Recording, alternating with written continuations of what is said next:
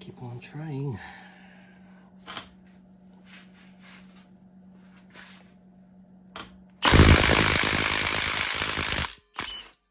There we go.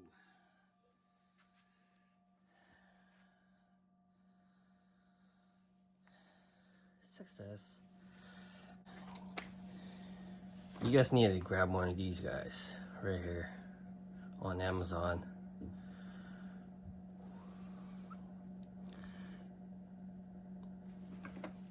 Came off with this is the mid-size impact. It's not one of those 1,200-pound torque, nut busting torque. I think this is around like 600 pounds. So there you go. Oop. All right, so next up we're gonna be drilling a hole and then welding this bung onto the oil pan.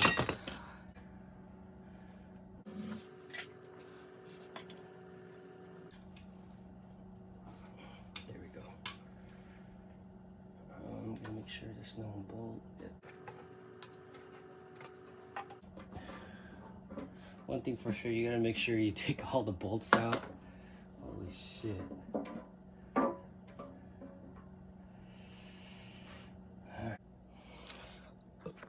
Okay, so I'm gonna show you guys how clean this bottom end is. On my earlier videos, I showed you guys the top of the, the cylinder head, the cam lobes, how clean they were. And you can see that the bottom doesn't have any one of those, like, you know how like you don't really change your oil much. So you'll see like really dark spots, you know, like this. But look at this. I think someone worked on this already. I'm not quite sure because I've never seen markings like this before. Like I said, I'm not quite sure if this car, this motor was worked on, because you know some of them they have markings on them like this. I haven't opened the timing chain cover yet. In the later video, I'll be changing out the timing chain and tensioner pulley, all brand new parts. And then we're gonna measure the clearance on this so I could cut the Type S oil pump. Make the hole a lot bigger to fit into this.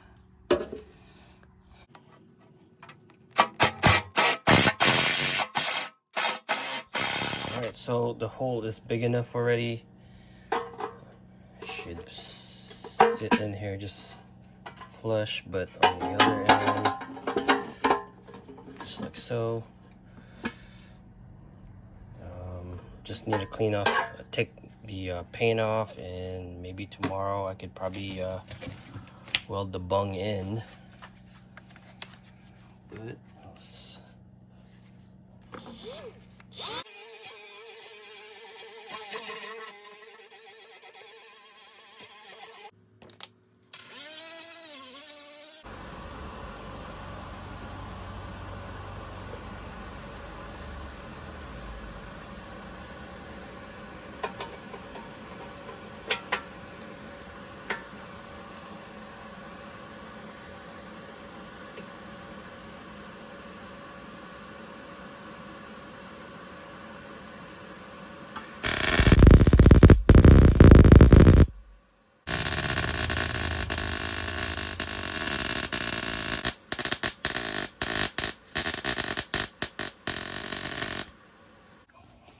well, that's not really the prettiest weld, but she's in there.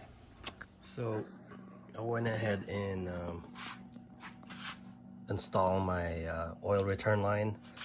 The reason why I kind of wanted the bung facing forward is that I'm afraid that if I put this on the back end, half shaft would hit it. And I've seen a lot of people actually go with this route. Maybe later on, if I have the transmission on, I'm probably gonna shorten this line just a tiny bit more, but there we go. We got the oil return line installed, and next up we're going to be doing the Type S oil pump. All right, so what we have over here is the Type S oil pump. This is good for like if you're revving your motor up to like 85,000 RPM, which is good. I think this is what's limit of it, and we're going to be porting it, so hopefully it doesn't cavitate around like 9,000. So a lot of people actually do this while it's still out. We're going to be removing some of this bolts out. Note, I think this 2 bolts are longer, and then this 3 bolts are shorter than the rest of them. So let's get started. Whatever everyone's doing with it, because you know, revving up to 9,000 RPM shouldn't cavitate it. What I end up doing is that I'm trying to protect the corners of the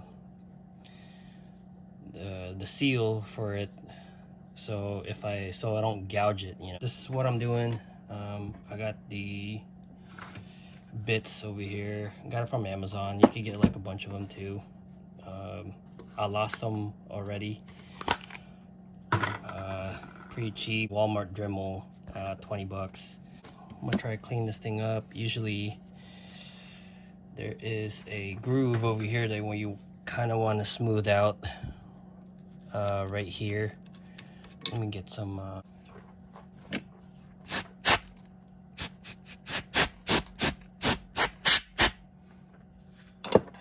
one thing for sure, you might need to use a mask, because aluminum is not good for your lungs. All right, so what I'm saying is right here, there usually a lot of people are actually smoothing this part out, so that's what my goal is. And then after that, I'm just gonna smooth it out with the some kind of sanding grit. So got a long ways to go. I got the Dremel on set very low so it doesn't, you know, run off on me.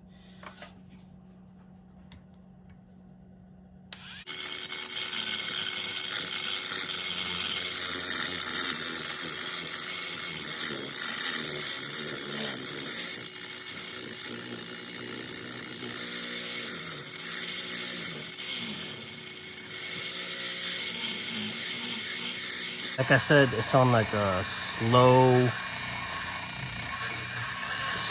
pace, so it's easier to work with, so it doesn't run around with you. I'd rather do it this way than have it flinging off.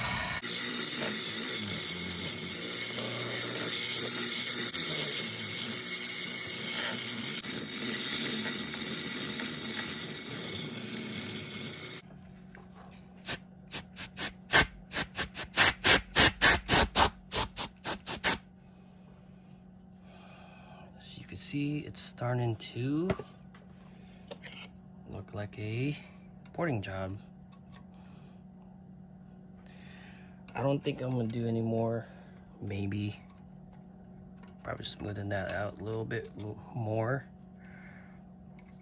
even in this corners too as well.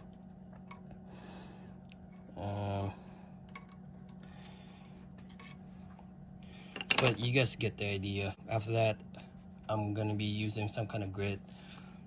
It's a little too big to actually go over here, but it can go in here just fine.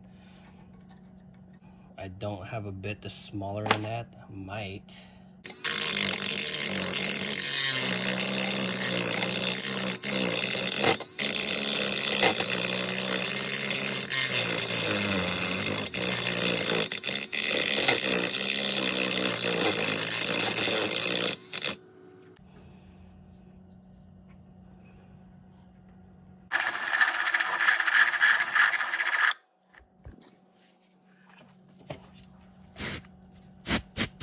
I'm gonna have to call that good.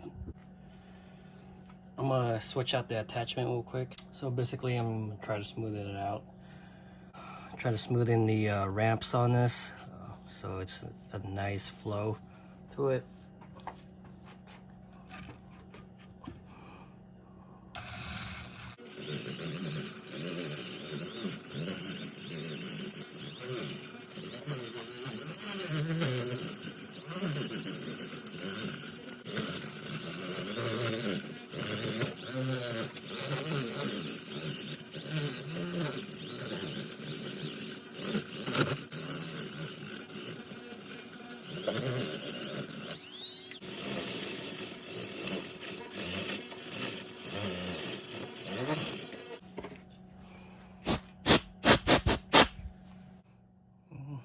I think it's good enough.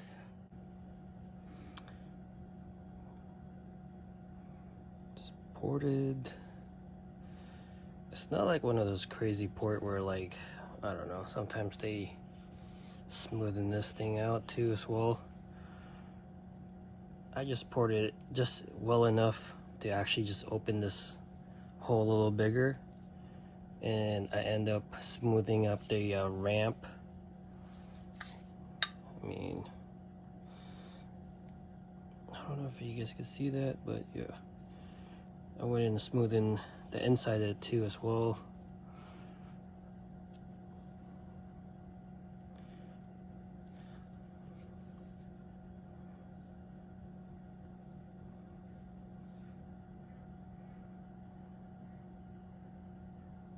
So you can see right around here, the hole is way bigger. Over here, the transition on this one is smoother too as well. I could do better, but I'm just gonna leave it how it is. So I think that's good enough. So I'm gonna clean this thing up, spray brake cleaner, lube it, and then put it back to, oh, and I'm going to cut this too as well for the K24. That's going to be on the next video. So, and lastly, we're going to be shimming it. I'm going to be taking this washer off of this bolt. As you can see, same size. This washer is going to be under the there. Note if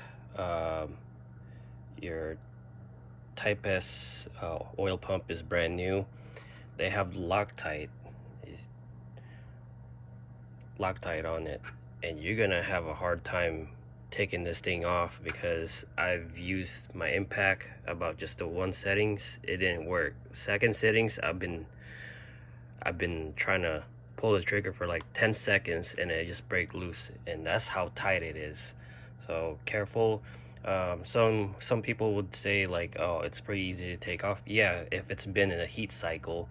This is a brand new Type S oil pump, and you're gonna have a hard time taking that thing off, so just careful. That's my advice. Lastly, we're gonna apply red Loctite. I removed the washer off of this bolt already. I cleaned the inside of this hole. I'm gonna drop this thing in. Hope it's all clean.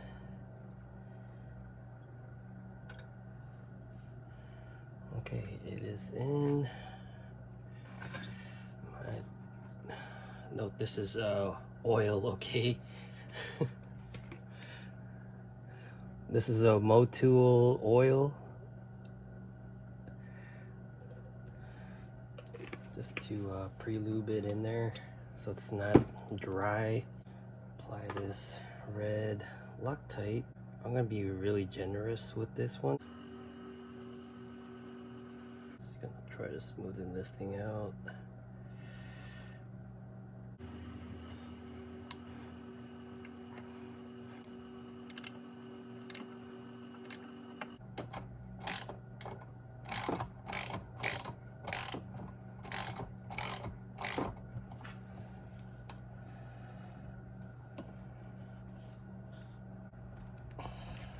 Should be good. Well, unfortunately, this build has to come to a halt. Reason is that I'm going on vacation in the next 2 months and I have to save up for it. This is the winter build I'm building and the parts I'm accumulating for the last couple months. So what we have over here is the DC timing chain kit. We have the Inline Pro head studs, K-Tune timing chain tensioner. We have the Ferreira Competition Plus with the Super Tech valve springs, dual valve springs and retainers. I'm using a Ferreira keepers to mate with this too because a lot of people actually do it. We have the Type S oil pump, the oil pump kit. Recently I just had the oil pump ported, and we have the 50-degree VTC, and next, maybe later on in the future, we'll see. I'm putting this Evo brakes calipers. I got the front and back for a pretty good deal. This is the Evo X calipers that I'm going to be installing on the MR2. And so next one is that maybe after my vacation, I'm going to be sending this block to Ramsey Racing, maybe for a core exchange or something. Not quite sure yet because I'm purchasing their build block, because when I was looking into building this block with the sleeves, the pistons and rods and bearings, and then I realized I'm gonna have to buy a whole new set of tools too as well. So I added all this thing up, and then it's just gonna cost almost the same amount. Ramsey Racing short block is actually professionally done, you know. That's the main thing. So you might not see this block, or maybe I'm gonna keep it. I'm not quite sure. We'll see in the later future what's gonna happen to it. So I'll keep you guys updated, and then hopefully we'll get this thing onto the transmission and then onto the car, and hopefully we'll be hitting boost by this summer. Thanks for watching, you guys.